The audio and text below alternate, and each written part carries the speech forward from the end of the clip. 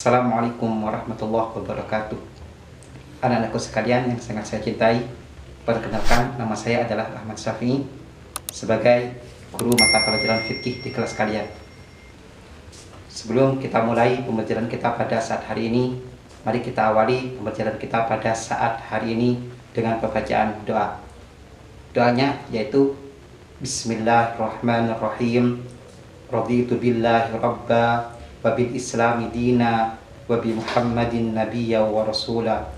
Rabbi zidani ilma warzuqani fahma. Amin ya rabbal alamin. Anak-anakku sekalian yang sangat saya cintai, hari ini kita akan mempelajari tentang masalah sholat jamak dan sholat jamak qashar. Namun sebelum pembelajaran kita mulai, mohon kalian isi dulu link absen yang ada di sebelah samping saya ini. Jika kalian mengalami kesulitan, mohon minta bantuan kepada orang tua, kakak-kakak kalian, ataupun orang yang dianggap kalian bisa untuk mengisi link yang ada di samping saya ini. Namun sebelum kalian mempelajari pelajaran fikih, maka kalian harus tahu kompetensi dasar yang akan kalian pelajari pada saat hari ini. Kompetensi dasar yang harus kalian pahami yaitu: pertama, mengamalkan sholat jamak dan qashar ketika ada sebab yang membolehkan sebagai rasa syukur atas kemurahan Allah. Kedua, menjalankan sikap syukur sebagai implementasi dari pengetahuan tentang sholat jamak dan qashar. Ketiga, menganalisis ketentuan sholat jamak dan qashar. Keempat, mengkomunikasikan hasil analisis tentang sholat jamak dan qashar. Itulah serangkaian kompetensi dasar yang harus kalian pahami sebelum mempelajari tentang sholat jamak dan qashar. Selanjutnya, kalian juga harus memahami tujuan dari pembelajaran sholat jamak dan qashar. Yang pertama, menunjukkan keimanan terhadap Allah Subhanahu wa Ta'ala sebagai Al-Barri, Dat yang Maha Penderma bagi umat manusia melalui sholat jamak dan qashar. Kedua, meyakinkan keimanan dalam kehidupan sehari-hari melalui pelaksanaan sholat jamak dan qashar sebagai perwujudan rasa syukur kepada Allah melalui pembiasaan pada saat bepergian. Ketiga, meyakini prinsip tatawur wal ibtikar sebagai ajaran Islam yang membentuk kepribadian yang berpikir dan inovatif melalui pengamalan sholat jamak dan qashar. Keempat, memadukan berbagai unsur ke dalam kesatuan pelaksanaan sholat jamak dan qashar. Kelima, mendemonstrasikan tata cara pelaksanaan sholat jamak dan qashar. Itulah tujuan yang harus kalian pahami sebelum pembelajaran fikih tentang sholat jamak qashar pada saat hari ini yang harus kalian pahami. Saya akan terangkan tentang sholat jamak.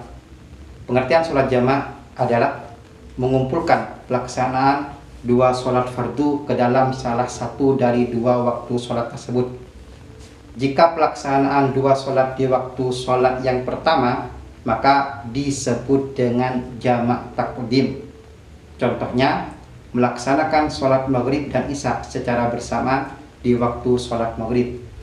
Jika pelaksanaan sholat fardu di waktu sholat yang kedua, disebut dengan jamak takhir, seperti melaksanakan sholat duhur dan asar secara bersamaan di waktu sholat asar.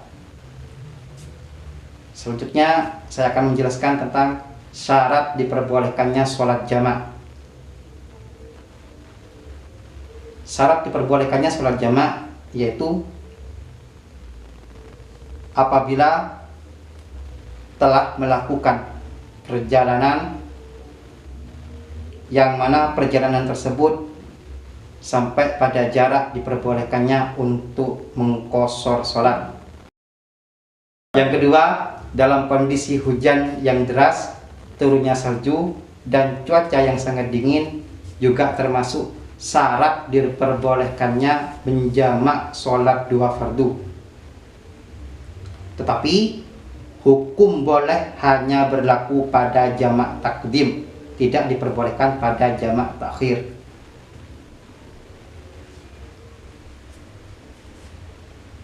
Selanjutnya, dasar hukum sholat jamak, yaitu berdasarkan pada hadis Nabi Sallallahu Alaihi Wasallam yang diriwayatkan oleh Mu'adz bin Jabal. Anna Nabi Sallallahu Alaihi Wasallam kana fi ghazwati Tabuk idza tahala ba'dal maghrib ajjalal isya wa shallaha ma'al maghrib. Itulah dasar diperbolehkannya dari sholat jamak. Sedangkan tata cara pelaksanaan sholat jamak itu terbagi menjadi dua, yaitu jamak takdim dan jamak takhir. Yang pertama, untuk jamak takdim, berniat untuk menjamak takdim ketika sholat yang pertama sudah memasuki waktunya. Misalnya, memasuki waktu sholat duhur ketika akan menjamak dengan sholat asar. Niat sholat jamak takdim sebagai berikut: usolli fardad duhri arba'a raka'atin majmu'an bil asri jam'at taqdimin lillahi ta'ala.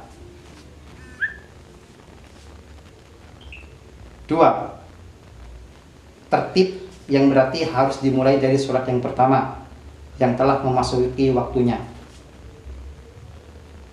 Artinya, ketika penggabungan sholat duhur dan asar, maka sholat tersebut dilaksanakan di waktu duhur, dan pelaksanaan yang awal adalah harus sholat duhur dulu.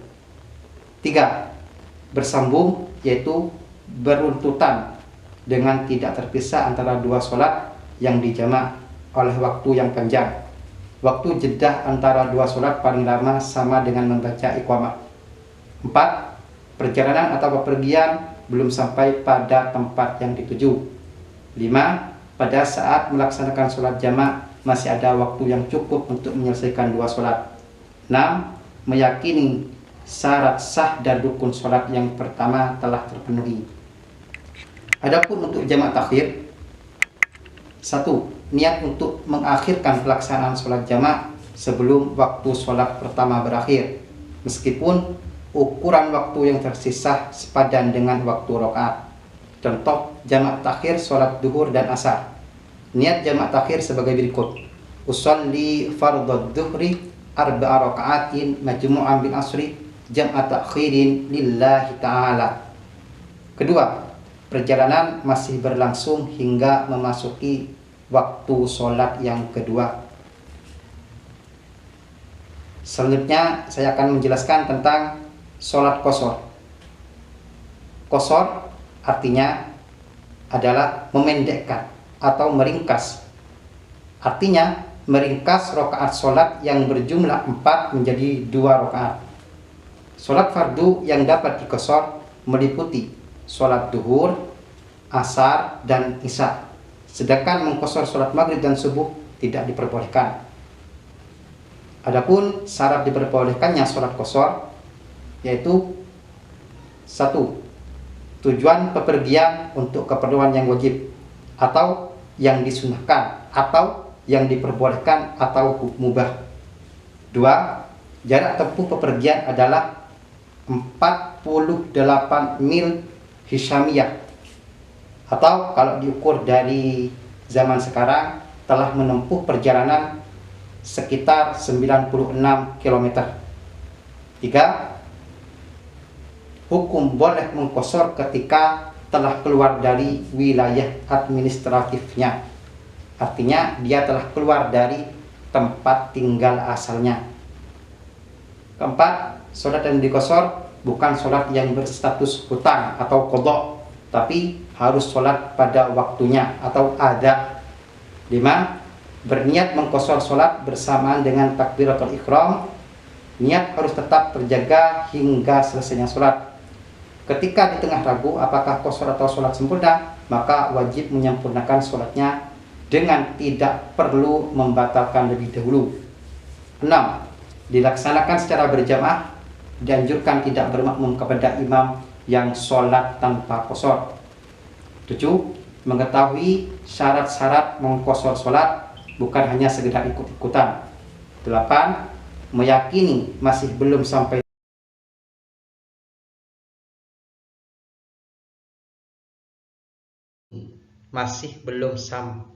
tujuan. Dasar hukumnya diperbolehkannya sholat qashar yaitu salah satunya di surah An-Nisa ayat 101. Wa idza darabtum fil ardi falaysa 'alaikum junahun an taksuru minas shalah in khiftum ayyaftinakumul ladzina kafaru innal kafirina kanu lakum aduwwam mubina, dan seterusnya. Selanjutnya yaitu kita akan membahas tentang pengertian jamak dan qashar. Apakah yang kita pahami dengan istilah jamak qashar? Yaitu sholat yang menggabungkan, dan qashar adalah sholat yang memperpendek atau meringkas jumlah rakaatnya. Jika kita melaksanakan sholat jamak qashar, maka sholat itu adalah sholat yang digabung antara dua sholat, sedangkan jumlah rakaatnya juga diperpendek.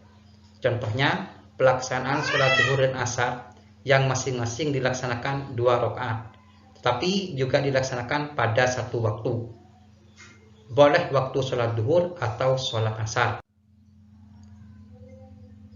Mohon diperhatikan bagan memadukan kriteria diperbolehkannya jamak qashar.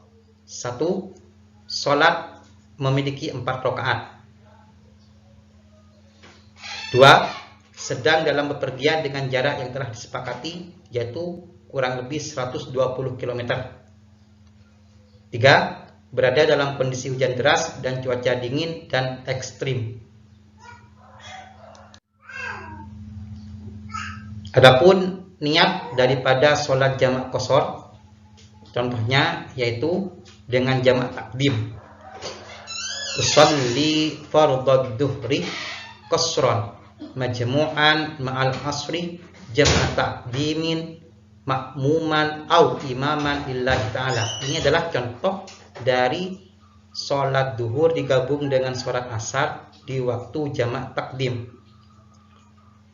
Kemudian selanjutnya usolli fardal asri qashran majmu'an ma'al dhuhri jam'at taqdimin makmuman lillahi ta'ala. Jadi mengerjakan duhur dulu baru mengerjakan asar. Ini kalau posisi jamak takdim. Sedangkan kalau jamak takhir, usolli fardadh dhuhri qashran majmu'an ma'al asri jam'at takhirin makmuman au imaman lillahi ta'ala. Sedangkan selanjutnya usolli fardal asri qashran majmu'an ma'al dhuhri jam'at takhirin makmuman au imaman lillahi ta'ala. Selanjutnya yaitu usolli fardal maghribi salasa raka'atin majmu'an ma'al isya'i jam'at taqdimin makmuman au imaman lillahi ta'ala. Usolli fardal isya'i raka'ataini qashran ma'al maghribi jam'at taqdimin makmuman au imaman lillahi ta'ala, dan begini seterusnya. Kita bisa baca sendiri dari beberapa niat dengan tata cara jamak dan qashar, baik jamak taqdim maupun jamak takhir. Demikianlah pembelajaran kita pada saat hari ini. Jika ada hal yang kurang jelas, kalian bisa menghubungi nomor saya yang telah kalian ketahui masing-masing. Salam, wallahu muwaffiq ila aqwamit thariq. Assalamualaikum warahmatullahi wabarakatuh.